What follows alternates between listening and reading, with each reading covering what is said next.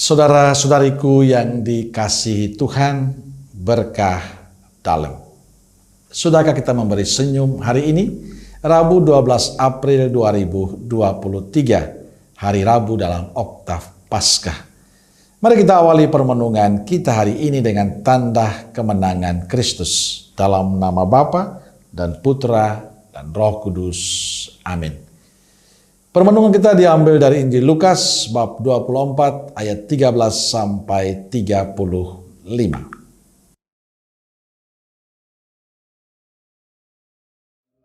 Pada hari itu juga dua orang dari murid-murid Yesus pergi ke sebuah kampung bernama Emmaus yang terletak kira-kira 7 mil jauhnya dari Yerusalem, dan mereka bercakap-cakap tentang segala sesuatu yang telah terjadi. Ketika mereka sedang bercakap-cakap dan bertukar pikiran, datanglah Yesus sendiri mendekati mereka, lalu berjalan bersama-sama dengan mereka. Tetapi ada sesuatu yang menghalangi mata mereka, sehingga mereka tidak dapat mengenal Dia. Yesus berkata kepada mereka, "Apakah yang kamu percakapkan sementara kamu berjalan?" Maka berhentilah mereka dengan muka muram. Seorang dari mereka, namanya Kleopas, menjawabnya, "Adakah engkau satu-satunya orang asing di Yerusalem yang tidak tahu apa yang terjadi di situ pada hari-hari belakangan ini?" Katanya kepada mereka. "Apakah itu?" Jawab mereka, "Apa yang terjadi dengan Yesus, orang Nazaret?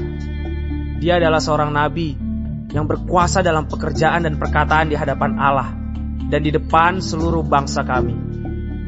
Tetapi imam-imam kepala dan pemimpin-pemimpin kami telah menyerahkan Dia untuk dihukum mati, dan mereka telah menyalibkannya. Padahal kami dahulu mengharapkan bahwa Dialah yang datang untuk membebaskan bangsa Israel.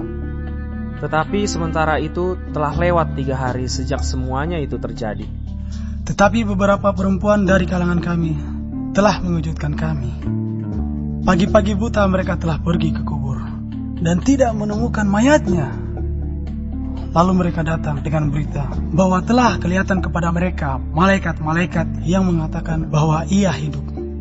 Dan beberapa teman kami telah pergi ke kubur itu dan mendapati bahwa memang benar yang dikatakan perempuan-perempuan itu, tetapi Dia tidak mereka lihat."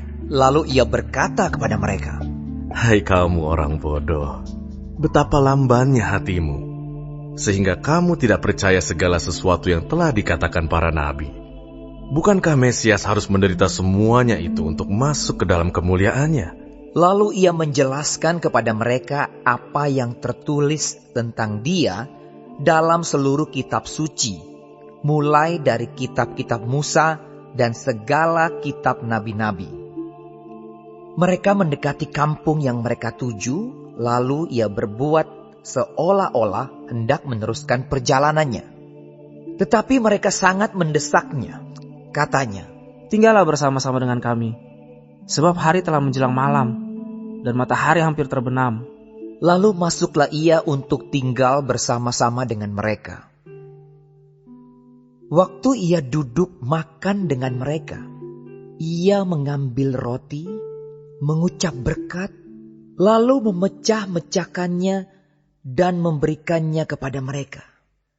Ketika itu terbukalah mata mereka dan mereka pun mengenal Dia, tetapi Ia lenyap dari tengah-tengah mereka.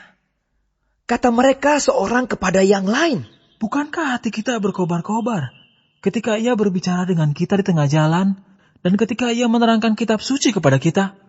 Lalu bangunlah mereka dan terus kembali ke Yerusalem. Di situ mereka mendapati ke-11 murid itu. Mereka sedang berkumpul bersama-sama dengan teman-teman mereka. Kata mereka itu, Sesungguhnya Tuhan telah bangkit dan telah menampakkan diri kepada Simon.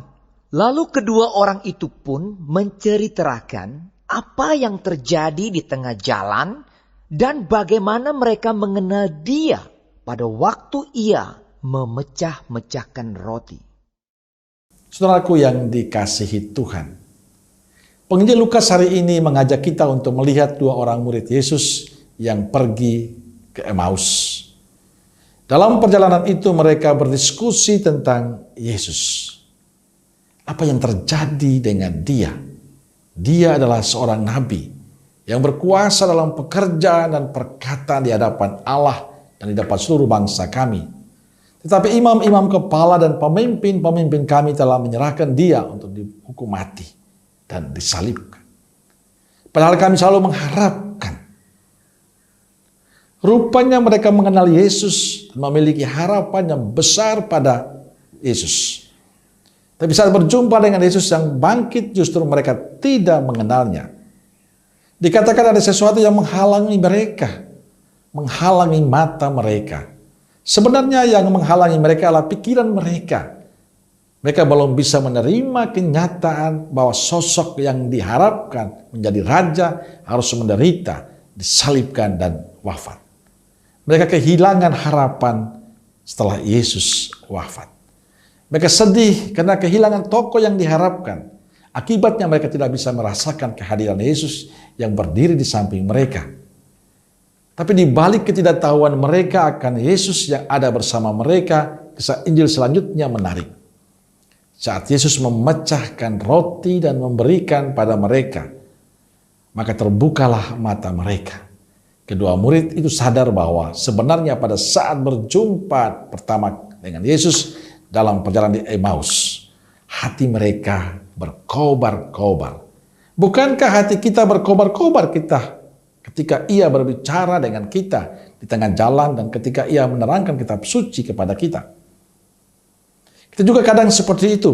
Sering kita tidak menyadari akan kehadiran Yesus dalam kehidupan kita. Kita terlalu sibuk dengan masalah-masalah kita, dengan pemikiran-pemikiran kita. Kita terlalu mengandalkan kemampuan kita dan mengabaikan peran Tuhan dalam hidup. Maka tidak mengherankan kita tidak mampu melihat kehadiran Tuhan dalam perjalanan hidup kita. Hari ini kita diajak untuk lebih tekun, lebih sungguh-sungguh mendekatkan diri dengan Tuhan dalam doa-doa kita, sehingga semakin peka untuk mengenal suara Tuhan dalam kehidupan kita.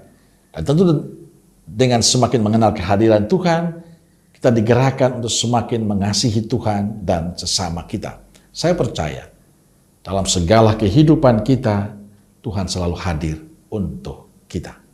Amin. Semoga Allah yang Maha Kasih memberkati saudaraku sekalian, Bapa, Putra, dan Roh Kudus. Amin. Keluarga Kudus Nazaret, doakanlah kami. Amin. Berkah dalam.